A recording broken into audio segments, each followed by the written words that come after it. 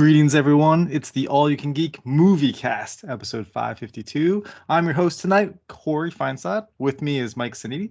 What's up? And Tony Korkanakis. Hello, hello.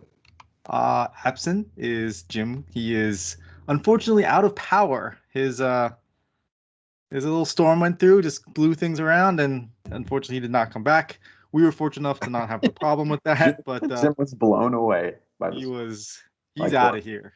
So, with that, this one's for you, Jim. Hopefully you get your power back because it's humid and shitty out. So have fun sleeping tonight. Anyway, we do have a box office again. What? Like they're back. I mean, it's interesting, and this week I'm not ready for it, so I'm stalling for time. Son of a... What have we got? Because I think Fast 9 actually did pretty well again in week 2. Yeah, there you go. Let's see. Hurry up thing. Come on, Mike. Save me. I'm trying. Where the fuck is this? They moved everything around on me. I'm going to look it up. I'm doing it live. 23 million. There we go. Number 1, Fast 9.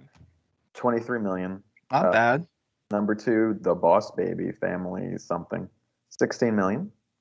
3 is The Forever Purge. Is that the first week for that or no? Is it? I probably something like it's something that come out. Boss Baby probably was the first week too, right? I think so. Then A Quiet Place 2 is 4 million. Hitman's Wife's Bodyguard 3 million at 5. Oh wow, Quiet Place 2 is hanging in there. That's cool. Yeah. And actually, Cruella is number 6 at 2.3 still. So there's some volume in the box office. Okay. Man. Oh yeah, so Hitman's Wife, Forever Purge, and Boss Baby were all new this week. So even though those 3 were new, not Hitman's Bodyguard, sorry, Zola. Hitman's Bodyguard's been out for 3 weeks already? Jeez.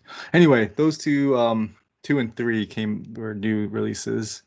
But Fast 9 came in first. Speaking of that, I did get to see Fast 9 because as you guys know, hopefully, I am a huge Fast and Furious fan. Series. I love the series, the franchise, right? So I'll kick us off with what we've been up to because I did watch this movie and I want to throw a caveat out there. Fast and Furious movies are not masterpiece quality art that you get to analyze and dissect or anything like that. That's not what these movies are. They are essentially superhero movies at this point. I mean, they're like spy thrillers and. Would you say it's the American James Bond thing? Yeah, I mean, it's not even that because I would say Mission Impossible would be that, right? Like these are just crazy. When you go to see a Fast and Furious movie, you expect crazy stunts. You expect to have fast cars doing stuff that should not be they have cars flying all over the place, dropping them out of planes, going from skyscraper to skyscraper. These things don't happen. It's a fantasy world we're living in with the Fast and Furious franchise. But they're just so much fun to watch. And obviously, at its core, it's about family. Right? So, I mean, they all were rivals at first, trying to kill each other. But yeah, family. But I mean, that's Dominic Toretto's motto. That is his code that he lives by. He doesn't have friends. He has family.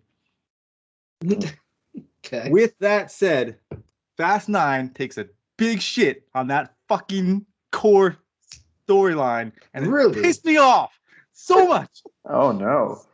Holy shit, man! I'm upset because this movie does one of the things that I hate so much, and it just throws a character that out of nowhere that makes no sense whatsoever for the rest of the previous movies. They shoehorn in a story and a backstory, and they fill in some story elements from the other movies to just make it all fit. Where now Dominic and Mia have a brother out of nowhere. You see it in the trailers. John Cena plays Dominic Toretto's brother. And the first 8 movies, it's all about family. Where this fucker been this whole time? If it's all about family, this is your literal brother. And so this is double birds here. This is he's wherever Nathan Drake's brother was. What was his name? Yeah, exactly. Sam. Sam, that's right. He was hanging out with Sam Drake. That's what it reminded me of. but they do it in such a bad way. And these movies have a formula. They introduce a bad guy, they take the bad guy down, or whoever is chasing them, whatever, and then he ends up helping them in the next movie, right? And I'm like, this is what's gonna happen. They're gonna shoehorn this guy in. He's gonna have this whole like younger brother complex where he has to try to outdo his bigger brother Dominic. And then by the time that movie ends, he's gonna be on their side and he's gonna help them. Like that's I see it like soon as like quarter mile away. Yeah, it's formulaic. And like I don't need like good story in these movies. I just need fun action and everything. And the core elements of the franchise is like that family. And we see the memes. We see these memes, and yet this guy just shows up out of nowhere, like after 8 movies, and in the 9th movie, oh yeah, by the way, you have this brother. Meanwhile, you know, like your sister Mia is saying how like, oh, I only have one brother in other movies. Like there's a literal line that she has in one of the movies, like, how do you say goodbye to your only brother? And it's just like then they stupid like little lines, and I'm spoiling this by the way a little bit because it's like there's no like spoilers in these movies. You see the movie when you watch the trailer, but it's like she goes in one point, she's like, oh, I tried to stay in touch afterwards, but because there's an event that happens that Take a breath, Corey. I'm Take a gonna breath. spoil it. Spoiler alert. That's Wants fine. Fast 9. I mean, But- you say there's no story, but the story is clearly what's getting to you here. So it is important a little. Exactly, and that's the problem. That is the problem. They are trying to take themselves so seriously this time when they don't need to. That's not what this is about. And yet they're trying to be so serious. So in the first movie, Dom talks about how he goes to jail for a couple of years because he beat a guy half to death. And you find out he beat this guy half to death because the parent, like the father, died in a stock car race. And the guy that killed him in the stock car race, he beats that guy half to death. But he learns later that the reason it happened was because the brother like did something to the engine, which screwed up the engine, which caused a malfunction right at the time when the guy hit him, and that's why his car blew up essentially. And so now Dom blames the brother for killing the father, and says, "I don't want to ever see you again," and just like go away. And that's the reason he's never around. The first 8 movies. So he's You never mention them, but yet it's all about family. Is that why all the memes are popping up online? Like I don't understand. Like Well, I mean that's the whole thing of the first 8 movies. It's family. I know, but it's just funny because like I've seen it inserted in like every pop culture thing at this point, where it's like, you know, you might have the Infinity Stones, Thanos, but nothing stronger than family. It's like, yeah, but that's the problem here, because the fact is he turns his back on family in the beginning, like, and there's all these flashbacks to these stupid younger parts. I'm not here for that. I'm not here for flashbacks. I'm here for action and fun explosions and no story. I don't need story. I think he should have tapped out earlier if that's if that was. I love these movies. But this really pissed me off because they're trying to take it so seriously. Oh, and isn't the one character like? Didn't he like die in the second movie or something like that? And then like is just showing up now or something like that? And then they have a character who has been killed, and then they retcon that by saying, "Oh, it was all cover because I needed to look like I was dead, protect this other thing."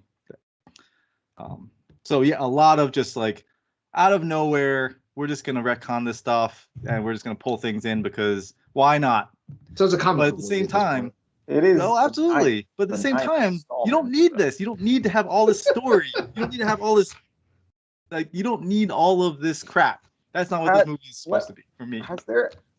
Is there any other franchise that has done like 9 movies, like in like actual increments, not like the trilogies of Star Wars like that, but like just continuous 9 stories? I mean, I'm sure there's like a Halloween or horror film franchise. Yeah, Halloween probably, but they retcon stuff all the time. Yeah, but like it's just this. I mean, because I like the franchise so much that this really pissed me off. This movie. Well, you only got 2 more to go. Yeah, I mean, then you can reset. They should just Yeah. invite everyone who was in Expendables now at this point, and No, and that's fine. Yeah. I love that. I love that like they bring in The Rock, they brought in Jason Statham, they brought in all these like action star people to like and like well-known like names and stuff to play minor roles here and there. I thought that was really neat. And here they just bring John Cena to play a character that's just so I just wish he wasn't the brother, because then it would make the family thing so much better. Did it even add anything to the story though? Like, could it have been like a cousin or like a friend, like an old friend or something like that? Like, I'm really curious why they decided like, oh, it's got to be Dom's younger brother. Like, yeah, like, and other that's than the problem. I don't think it needed to be. It did not need to be, but because they want to do this whole family thing, which takes a shit on it, because where was this guy this whole time when you're talking about family? Yeah. And then they throw a line in, which is fine. Like I like the whole fact that they do a callback to the first movie where he, Paul Walker gives Dom a 10-second car, like, oh, I owe you a 10-second car. And like he gets to escape because he's still the antagonist of the film, essentially. But and this is the same thing. It's like, well, someone once gave me a 10-second car for a second chance. Here's yours. And it's like, fuck this shit. So that's F9. I was disappointed. The action did not outweigh the crappy story garbage they threw in there. Like I said, I don't need story in this. I just need fun action sequences. And John Cena just is like, I can't not see John Cena either. Like he does not play like The Rock. You can see The Rock as a character in the movies as like, I'm just this character. Like he can play other characters other than The Rock. John Cena is just John Cena. I don't want to see him. It'll be interesting to see what he does in Suicide Squad, because the clips of him I saw, I mean, it's within like a sarcastic version of himself that I've seen before, but it seemed like it worked in those clips at least. Well, good. Get him out of this franchise. I don't want him in here. So, but I loved how like from 4, 5, 6, 7, and 8, everyone like tied so well together. They work so well, and then this just takes a big dump. So, what have you been up to, Tony? Let's see. Just more anime with Code Geass. I'm almost done with that. It's interesting. Okay. I could see the hype. Did you watch that before? No, never. Oh, okay. This is your first time through it. Yeah, one of my friends like, she's like, yeah, it's one of my favorite. And I was like, all right, yeah. Like she's meaning to rewatch it. I was like, all right, I'll watch it with you and stuff like that. Mm-hmm. So that Loki, which I assume we're going to talk about in a moment, and then it's not movie related, but Summer Games Gun Quick started cool. past Sunday. So been watching a lot of speed runs. Really, just saw this really impressive. Yeah, it's so amazing. People just obliterate these games with these ridiculous glitches. Like I think there is just a Dishonored run in like an hour or like an hour and 10 minutes or something like that. And they're just like, yeah, this is really bad jail because you just need to key off this first guy, and then like they like face the wall, press something, and they just zip up to the roof, just jump off into the lake or the moat or whatever it is. I'm just like, how do you even like figure this out? It's like, you know what? I bet I can clip this entire building. It's like, sure, man, go for it. But that's it for me. Mike, anything? I didn't watch anything. I also didn't watch anything beyond the first episode of Loki. Oh no! All right. Well, I also watched Loki, and Tony, like you said, you watched Loki. I guess. I saw some really bad reviews for this episode. I really liked this episode. Now? This is the fourth one that came out. Episode 4. Yeah, because there's 2 more. Yeah, right? Yeah, 2 more. Yeah, I don't know what people. I don't know. I don't know why they wouldn't like. I like this episode. See, I'm curious again about Jim. I'm gonna have to watch it by myself. I think Ashley can't. Like she fell asleep in the first, and I don't think she's that interested in it. So I'll just keep watching. Although I've lost momentum now a little bit, but I might watch the second one and catch up pretty quick. But yeah, it's. I recall that Jim didn't like the third episode for some reason, and then it'll be interesting to see what he thinks of this fourth one. Well, the issue he had with the third one was like rectified in the first 2 minutes of this past episode, which I told him. I was like, well, okay, dude, like I can understand this is a movie and it was over, and you're like, well, that character wasn't in it anymore. It's like, all right, I get it.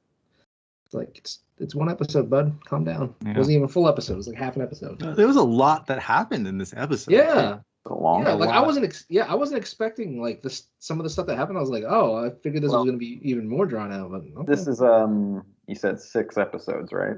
Yep. Yeah, So- back half we're in now. You're Back. basically, starting the climactic denouement. No, it absolutely does here. Yeah, you get like a really good cliffhanger at this one too. I feel like this one had a mid-credit sequence, you could say. That's Mhm. very much the talk of the town. Okay, Yeah, interesting. this is good. I'll probably try to Spoilers. catch up this week if I can. Things are getting weird, but I do love the writing of this just because, I won't spoil anything, but just the thing that happens, the central conflict, I guess, in this episode, it just the way that he gets yelled at some point in this episode, that's not a spoiler, but it's just like, really, out of all the things you could possibly do to cause like this thing, it's like this is it. This is the thing that's causing this whatever. And it's just like, you know what? That's pretty funny. Like out of all things Loki could do, it's like, yeah, that. I was like, Loki the whole doesn't- time too, I was like, are they really? Is he really? Is this really? Yeah. Nope. Yeah, it's like, all right. It's like, can't hate, self-love and all that. So yeah. But it's funny because it also is like that was also the reason they were saved. yeah, yeah. Was like, what if they just like not went there? Like, wouldn't that not have happened? Like, I guess so. We'll see what happens next episode. yeah. Uh, But yeah, no, and I guess yeah, it was. I liked that another familiar face showed up as well. Yeah, that's cool. All right, moving on to the news. We do have some unfortunate, sad news to report here, and that is that Richard Donner, the director of Superman and The Goonies, has passed away. Rest in peace. He has Rest in directed peace. some fantastic films of our childhoods. We're all Absolutely. similar ages, yeah. And obviously, Goonies is like classic. Classic. Yeah, Superman.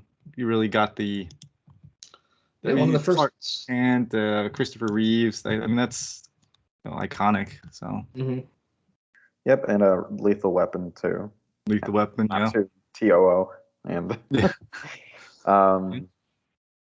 yeah. So I mean, yeah, he was a big. He made fun movies. He died at 91, so hmm decent run, I would say. But it's always sad. He could have probably done more too. I know he chimed in a little bit lately, apparently, on the Snyder cut and stuff because he has his own Superman 2 cut. Yeah, what he say? He's like, I want my paycheck. He liked that. No, he did it before. I guess it's out there somewhere. Oh, he did. Okay, good. Yeah.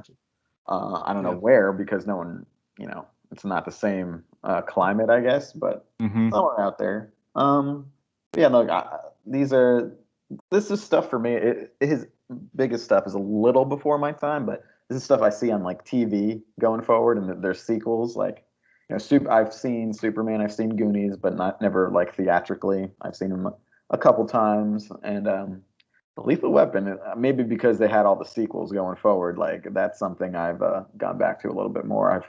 I think that's the seminal buddy cop movie. Really, I don't think. Oh yeah, it's definitely one of the. I don't think it gets any first. better than that as far as buddy cop movies go. Yep. I love how he's getting too old for this in the first film, and then like 5 films later, it's like still getting too old for this. It's funny because they age Danny Glover, up a little bit in the first movie. He's supposed to be like in his 50s, and he's probably he's supposed to be retiring. Yeah, he's supposed to be, and then 20 years later, he's still too old for this shit, and he's still doing stuff. And he's probably not supposed to be 75 or whatever in that last movie. So. Yeah, and that's Mel Gibson at his best, also. I have to say. Oh yeah, that's the crazy guy. Yep. So, moving on, some more happy stuff here because box office is back, like we mentioned, and this week Black Widow is coming out. So Marvel is finally coming. It's been a while, a little bit since we've had a Marvel cinematic film on screen. We've got tied over a little bit with the WandaVision, years, right? Yeah, I mean, this was supposed to come out last year as one of the in May or something right? Yeah. So and so then before that would have been 2019. With you had Endgame, and then Spider-Man, and that was it, right? I think so, yeah. We'll have to check that. But yeah, it's coming back, and early estimates is that it could be in that $100 million range, and I definitely believe based off of because when I like I mentioned, I saw Fast 9 in the theater. It actually sold out before I could get the tickets for the showing that I was planning on going to. So I was gonna go matinee, spend the lower amount, and I actually had to go to a later show because it sold out. I was like, it's like 15 minutes before the movie starts. I'll just get the tickets and go there, and unfortunately, it sold out. I was like, oh shit. And that was week 2. So, Black Widow, I think, is really going to bring people back to the theater. This is definitely the biggest movie event for post-COVID so far, in my opinion, and I believe it's going to get 100 million. I know Jim on Discord has said, and I think last week he even mentioned it too, but like he doesn't think it goes past 85. So I just don't see how it doesn't. I mean, we just talked. Fast 9 did what, 70 million its weekend, right? No, last weekend it did. Well, the opening weekend first was weekend. 70, and then 24 the next. So, like, yeah, people are ready to go to the theater. Even Boss Baby did 16 million. Like, what the heck is Boss Baby? Is that like the 5th one of those? So, like, people are going to the theater, and this again, we haven't had a Marvel Cinematic movie in forever. Black Widow is a very, very popular character. Yeah, I definitely think it's gonna hit 100. We'll see though. I mean, it is post-COVID, so anything's possible. I mean, it could be on the lower end, but I'm thinking it goes higher. What about you, Mike? Where do you think it lands? I think it'll probably end up in the 90s. Honestly, I think it might That's come fair. up just short. I think that 100's a little optimistic, especially for something. There to me, like the problem with it, aside from that, is like I don't know, this character was killed off years ago at this point, and this I movie don't was think supposed to come people out care about that. years ago. It's not like If anything, it's gonna help it. Like, wouldn't you I say it don't would know, help man. it more Like, than hurt it? part of Marvel's deal is that nothing is a one shot, and this is kind of a one shot because it's like a prequel for a character with no future. So I don't know. We'll see. I just think this gets hurt by its delay a little bit, but Yeah, obviously I mean, the everything biggest got thing is hurt. coming out. Like Fast and Furious was 100 million. I don't Like that think was probably I 150 don't million think dollar movie. anyone is gonna watch that James Bond movie when it comes out. I think Well, I mean, who knows? but That's different though. I mean, we're talking Marvel. Marvel has just been it's no, been a I'm just hard comparing thing what to it could have stop. been if it came out around when it was planned versus now. But we'll see. I mean, still, it's going to be probably easily the biggest movie of the year. You think of the year? I don't think of the year. I think Well, Spider-Man will leave it. Spider-Man later. Yeah. The I year just think thus far. people are the only other thing that's gonna hurt later on is if we have like some outbreak, and people have to like be more cautious again. Yeah. I don't see masks ever anywhere. I'm going out and there are no masks. The only There are place I see people. it right now is. Did you watch any like the 4th of July stuff on like television? Like people are packed together, like packed to watch fireworks. I'm like not yet, not yet. No. But yeah, so I don't see a problem for Black Widow. So it's gonna be good. I can't wait. I'm going to see it. So continuing with Disney, because again, Disney's owns our childhood here. Star Wars Visions. This is the Star Wars anime, right? So what do we know about that, Tony? I believe it's said that it's coming out later this year. It's I want to say 5 studios doing a total of 7 shorts. Okay. Set in the Star Wars universe, and the cool thing they if you watch the video, they show off like teasers of it. And it's all different styles of animation and stuff like that. Like, there's one that you probably more traditional, and there's other ones that are less traditional and stuff like that. But what the cool thing is that they were given free reign to just do any stories that they wanted to do set within the universe, and didn't have to associate with any existing lore or characters or baggage or anything like that. It was just take the setting and go nuts. And I think one of the studios is Trigger, who's done, shows like Ground Lagann, Kill la Kill, Promar, stuff like that. And they have awesome action sequences. So I'm looking forward to that. And another one is very recognizable art style. Yes, very distinct. And another one is a Production IG, I think, is the studio name, and they've done some big anime and stuff like that too. So looks cool. It's going to be all out, I think, later this year, September-ish, I want to say, maybe. Okay, cool. Kind of like what Animatrix did. Yeah, Animatrix, I think, was one of the first things to do it. I know Batman had one, and even Halo had like a Halo Legends, thing where different studios had different shorts and stuff like that. So I think it's pretty cool. Just again, way to expand the universe, take advantage of your intellectual property, and via Disney Plus. It's exclusive content for the platform to promote it, and it's not like you have to worry about making a budget back at the box office or selling X amount of copies of DVDs or Blu-rays or whatever it is. So should be cool. Nice. A little bit of chaos. That's what we need. So the last bit of news here is some Witcher. I didn't even know about this. There's a Witcher Origin coming out, like Blood Origin. You know anything about this, Mike? Nope.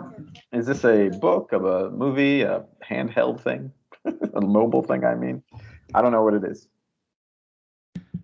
So no, it's a Netflix show. It's a live action show on Netflix, taking place like 1,200 years before The Witcher.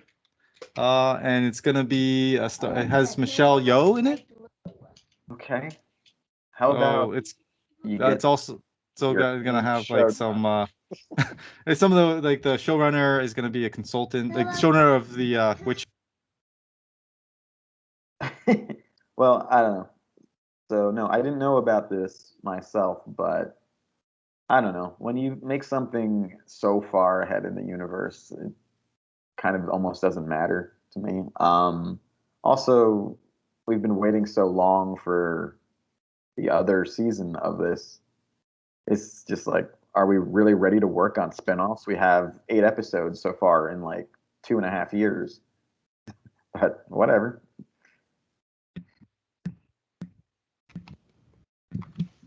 Yeah, I don't know. Yeah, like I said, I didn't even know about this, and Michelle Yeoh is going to be in it. She's been in so much stuff recently. She's all over the place.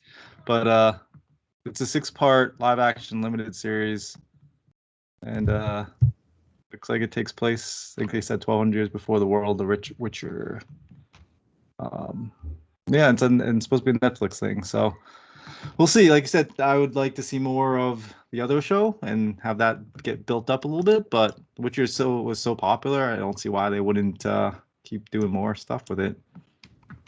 Yeah. But yeah, I think that's the last bit of news we had. Ooh.